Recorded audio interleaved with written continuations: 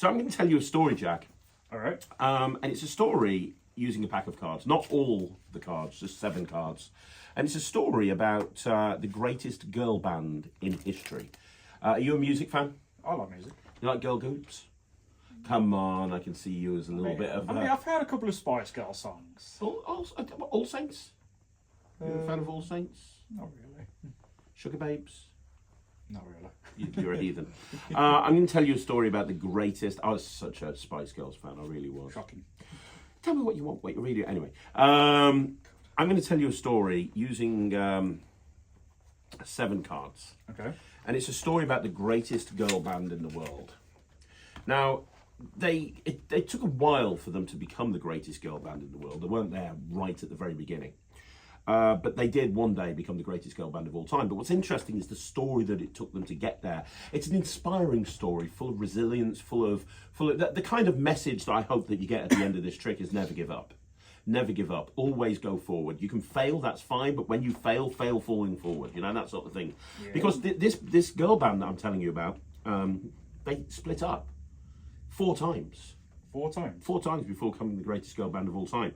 And I'll tell you the story using playing cards. These 3 spot cards, they're not important. They represent the fans. Not that I'm saying the fans aren't important. The fans are important, obviously. Fans make the band. Exactly, but they're the fans. But these are the 4 girls that make up the band. You've got Cynthia Clubb.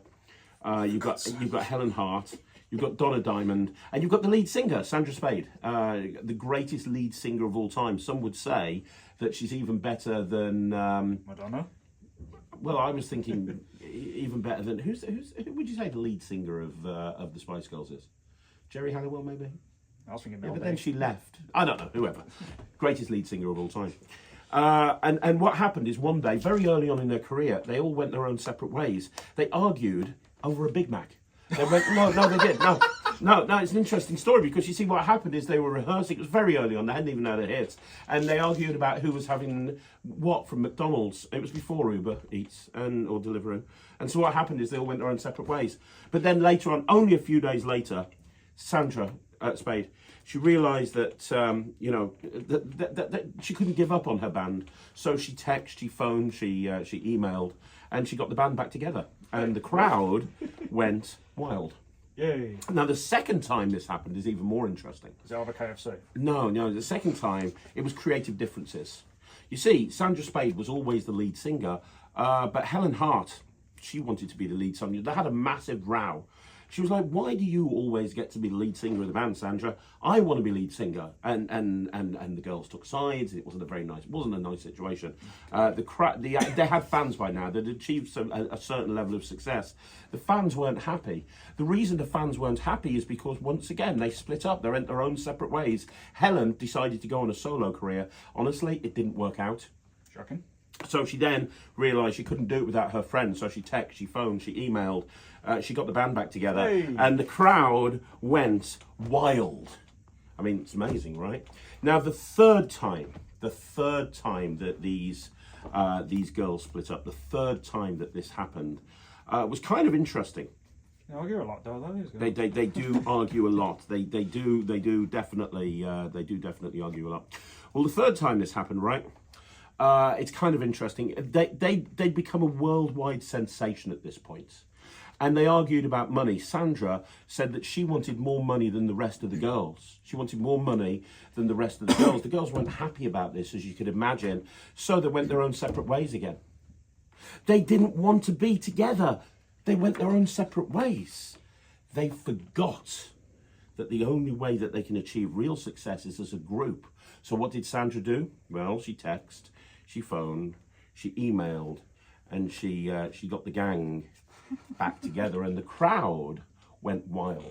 But the final time is the most interesting. Was it over a man? No. Sandra, she developed a drug problem. I mean, she's a rock star, right? She hit it, and she hit it hard.